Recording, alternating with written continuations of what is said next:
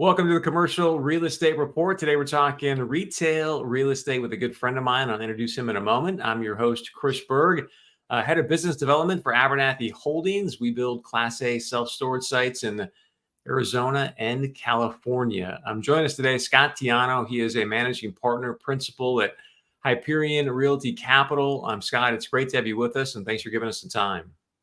Chris, thank you. It's a wonderful thing to be, interviewed by one of the greats in the world. I appreciate that. And speaking about the greats, I just want to introduce you, and then I'm going to run down some of your stats. 20 years almost in the business. Hyperion, according to your website, $3.5 billion in real estate transactions, 1 million square feet under management, over $1 billion of assets under management. I mean, it's a really impressive resume. And so I just love for you to share with our audience, some of your background, but also you and I were just talking before this, some of the headwinds that you see facing grocery anchored shopping centers and just retail real estate as a whole. Yeah. I mean, one of the through lines that you'll hear me say time and time again, whether it's, talking about personal issues or business, is that it takes a village. And I'm a firm believer in that. And interestingly enough, I feel like, all the years that it's taken to get to, call it cruising altitude, which feels like there's still a ceiling, a big ceiling ahead. You have to prove that you can do it on your own. And so, if you're asking me to describe my background in a nutshell, it was one where, I went from producing movies to doing international consumer products trade to doing licensing. And then one day I woke up and I said, it's time to grow up. I want to be a big boy. I want to go do some commercial real estate. And, from there, I kind of did a lot of it on my own in many ways, although it takes so many great people that I could list for hours that have helped me get here.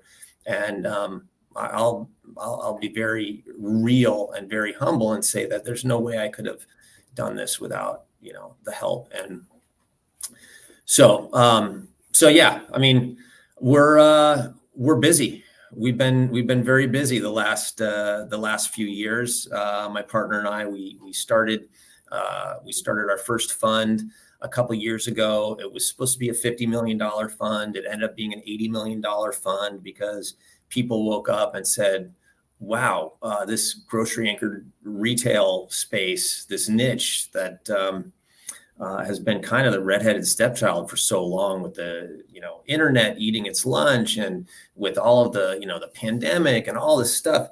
Well, it turns out it's an incredibly resilient sliver of the greater commercial real estate space, and we're riding the wave. We're grateful to finally be here because we've been doing this for so long, watching our friends in multifamily just get richer and richer and richer because the tide has been rising like crazy.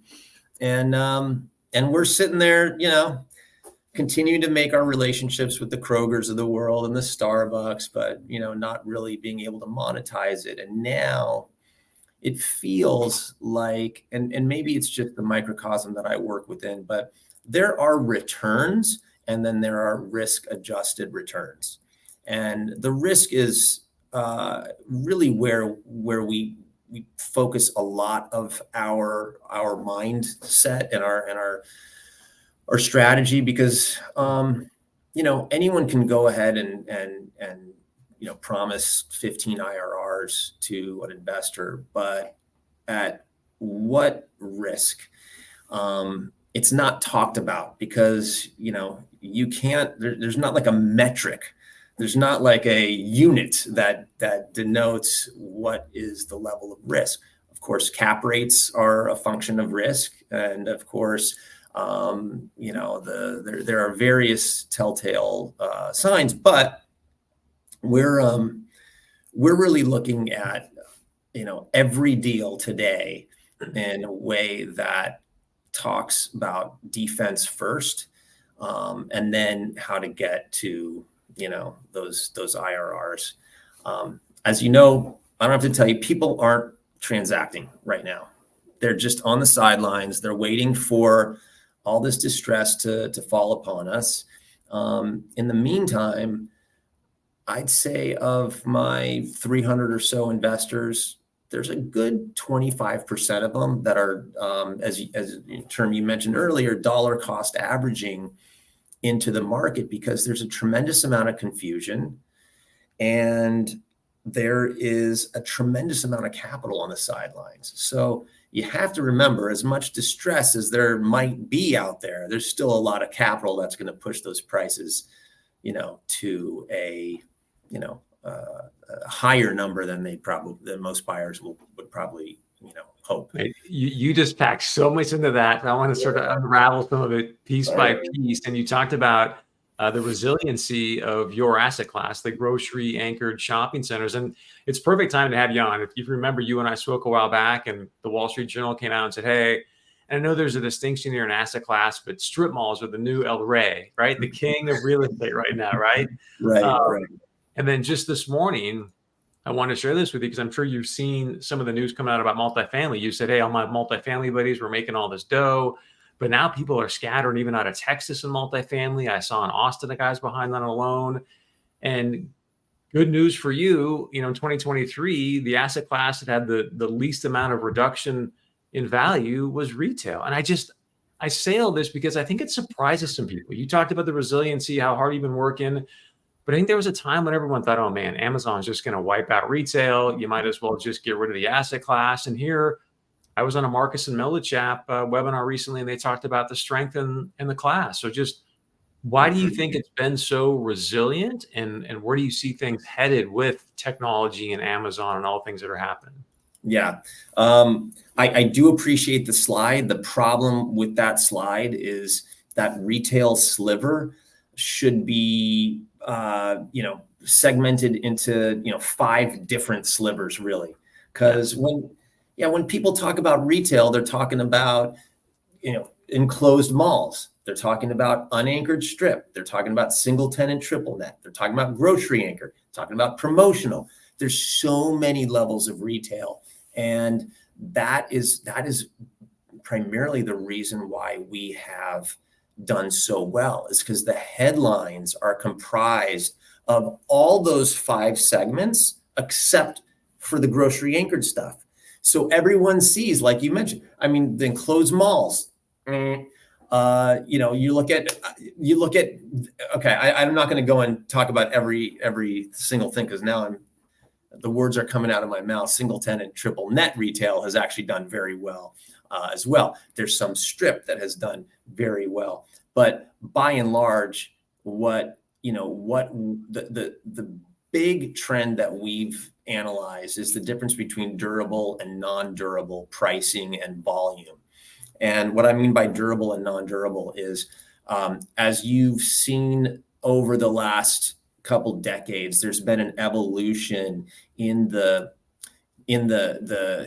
convenience sector of retail, the grocery anchored, the strip, from goods that can be bought online and that I would call durable, to non-durables, which are services and other kind of short-term items. So what you're seeing is, on the non-durable side, pricing has gone like this, volume has gone like this, and on the durable side, it's like this. It's really an incredible trajectory. So whether it's medical backfilling a former furniture store, or some other operator that takes up the elbow space, or it's fast food going into a pad that didn't have a drive-through, but now it was entitled for a drive-through, or it is nail salon, pizza, just go on down the line. These are all durables, and these are all service oriented.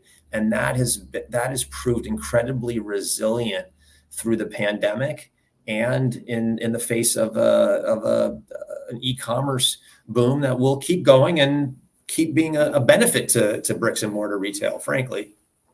So what are some of the things that you're looking at into the future, say 3, 5, 10 years down the road, going, okay, these are things we need to be aware of to try to get ahead of the curve on those items? Yeah, it's a good question. Right now, convenience and pricing are the big things that are running through my mind. On the convenience side, the trends are going to continue to be that we have less and less time. There's more and more demands on our time, and we need to get in and get out and get back to our families, get back to our lives, get back to whatever it is that we choose to do when we're not working.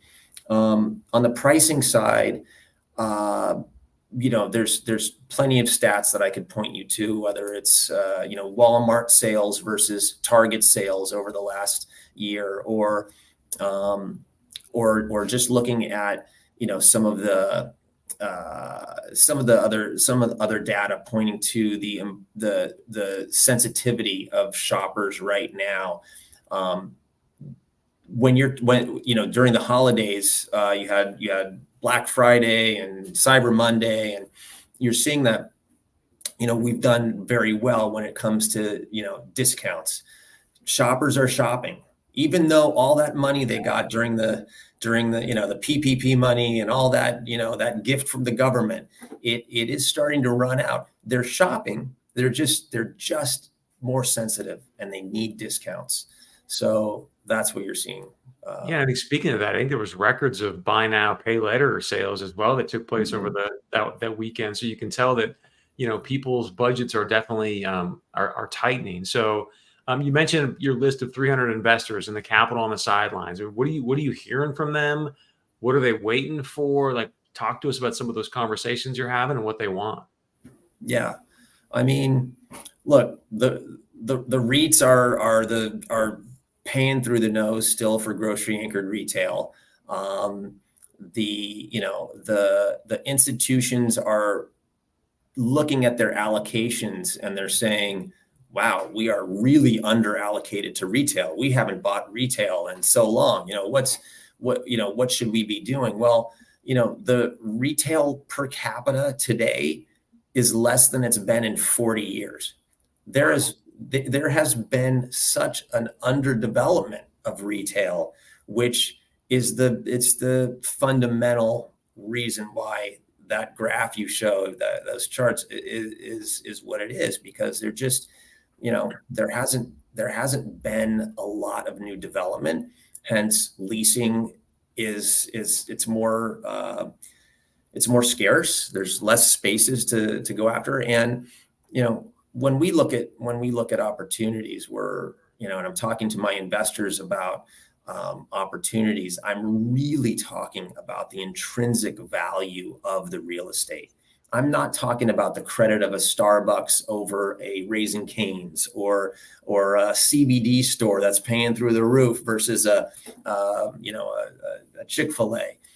I'm talking about if it's neither of those, if they go bye-bye, why is this intersection more valuable than the one across the street? And there's a lot of reasons, and there's a lot of data that we have that allow us to synthesize what we do as real estate guys, which no technology can ever surmount. But there's also a need to utilize things like Placer and ESRI and all of this, the demographic information that we have. So to answer your question, because I never answered your question, the conversation with my investors is really, my true feeling that if we could take the debt markets out and we could buy all cash right now, grocery anchored at 7.5 caps all day long, because historically they're trading at 5.5, 6 caps. So why not buy them now? You're still getting a great deal.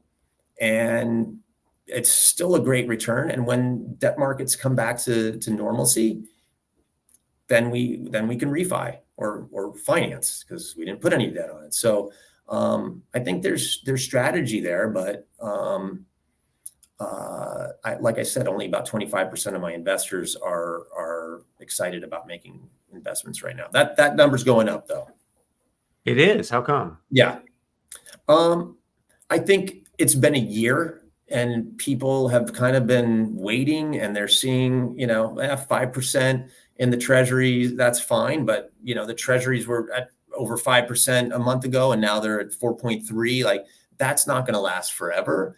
And if you have more of a long-term mindset, which most real estate investors do, they should be open to the story. They should be open to a deal, because that's how you make your money on the buy. And where there's distress, there's going to be a buy, and there's still distress now.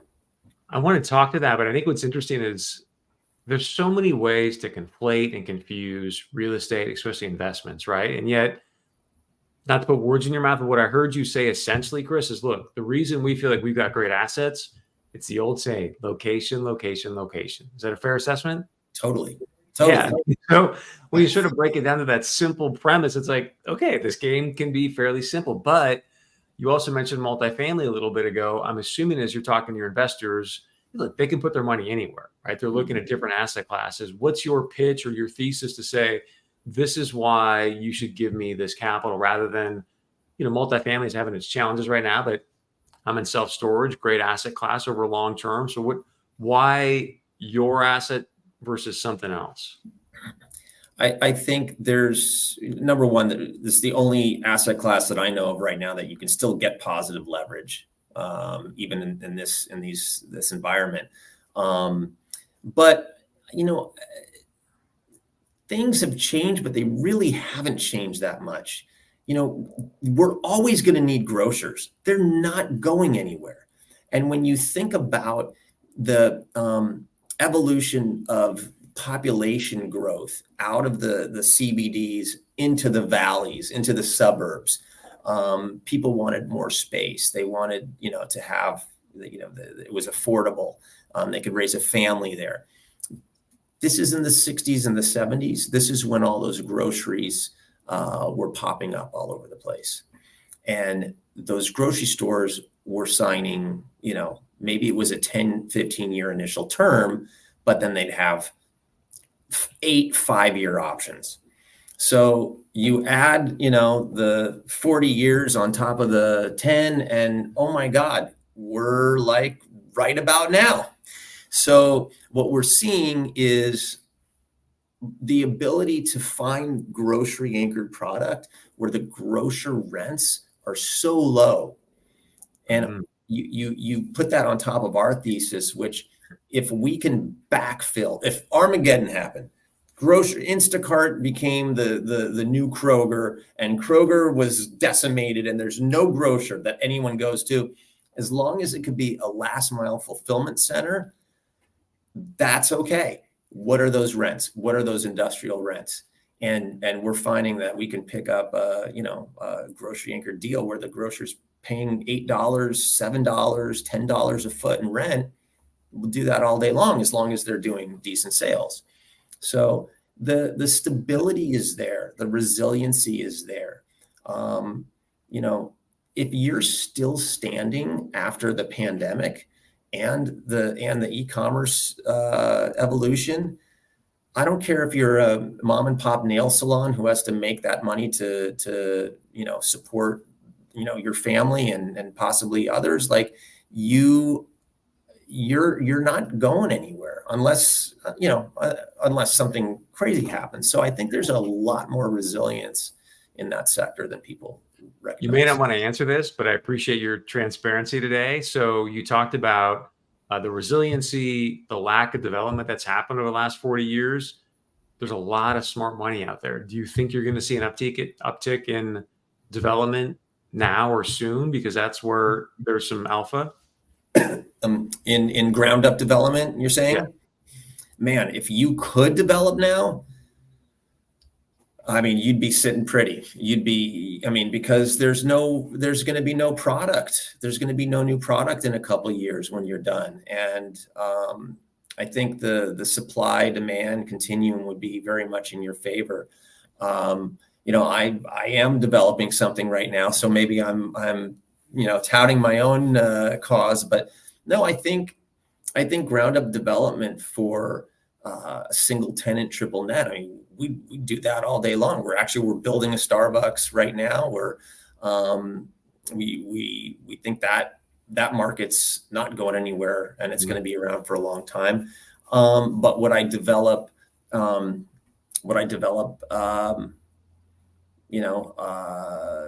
multifamily right now. I mean, look. What I meant specifically, you said the development's been so low in retail. So like grocery anchored shopping centers like you guys focus on, or this retail space, do you think there's going to be a lot more, a lot more of that institutional type money coming into the space? Because they're like, wait a second, this is where I can see some alpha. Multifamily right now is, I mean, I saw a stat the other day in Miami where there's more multifamily coming on board like in the next 3 to 5 years than is currently in the city. I mean, it just, the supply is going to be so high soon. And Miami's growing like a weed, but just as a small example where you're saying, hey, Chris, there's been so little development in this retail space for so long. It just seems like there could be an opportunity. What say you? Yeah. I think there are, and I think there will be. There's a lot. I mean, it's almost like what happened back in the 70s with a move away from the CBDs. We're seeing a lot of demand crop up, not necessarily in Seattle, but in Puyallup or in Marysville, not necessarily in Phoenix, but in Tucson, not necessarily in, I mean, maybe not Denver, but it's, some of the surrounding areas around Boulder, or there's just there is a trend, and it's probably having to do with the work situation and people not having to go into the office as much, even though we're seeing that trend, back to normalcy a little bit right now. But there is going to be some new, retail follows rooftops. So, as that happens, we're going to see more retail. But you're not going to see more retail development in the mature areas. You're going to see an evolution of the collateral that's sitting on this great intrinsic piece of land. So that we'll see. We'll always see. I'm excited to see too, kind of how it transforms and how it changes. I want to be respectful of your time. Just a couple more quick questions, if you will. I know you've got a new syndication platform. Like, tell us how that works and how you're using that. Yeah, I mean, it's not super new, but it's what we found is, in our managing of the funds, we're leaving a lot of our relationships unsatisfied because not everybody wants to invest in a fund. There's great reasons to invest in funds. We found 80 million of them recently, and we're en route to finding 200 million more for Fund 2, which we just launched. But for those that want to come into a single asset that they can kind of make a bet on, and have more of a defined strategy, we from time to time will have a grocery anchored opportunity, but we're on the single, syndicated deals. I think we're going to find more strip retail opportunities, but either way, they will have a story. And we know retail, and there's great retail. I can't see us buying enclosed malls because that really means we're developers. I don't see us buying big box promotional centers because it's just those are too risky for us, even though great cash flow and the numbers look good, just too risky. But there's some great corners still that have tenants that really could be upgraded and we can still create value there. So yeah. Last question for you. So as you think about your business and you're looking out over the horizon, There's conversations about where rates are going. You've talked about, some of the development in your arena. When you look at all the different variables, what right now keeps you up at night in regards to your business? That's a great question. I mean, we really are operators. We're not just allocators. I mean, a lot of fund managers come from institutional backgrounds where they're not necessarily in the trenches, like really fighting. And coming kind of full circle to it takes a village. I go back to, my start where I was doing absolutely everything. I was doing acquisitions. I was doing fundraising. I was doing legal review. I was doing investor relations. Leasing, everything. Today, although we have an infrastructure of really great people, what keeps me up at night is absolutely everything, because now we have to run a business, and it's not just staying in touch with the real estate, which we have to. It is. I can't be in this business without touching and feeling and really understanding the tenant makeup, the traffic patterns, the evolving needs of the community. But we've got a great staff. So what keeps me up at night? I don't want to lose these guys. I hope they're not listening to this, because they're going to know they have some leverage. But I'm not too worried. We're bonusing everyone this year, even though we didn't make a dime. I'm not going to say that, but it's been a slow year, and we are taking care of our people there. That's what keeps me up at night, is making sure our people are satisfied and fulfilled. Nice. Yeah. Again, man, thanks for the time. I just want to give you the last word. And for people that want to get a hold of you, how can they do that if they want to invest or just find out more about you? Oh, thanks. My email is stiano@Hyperion CRE.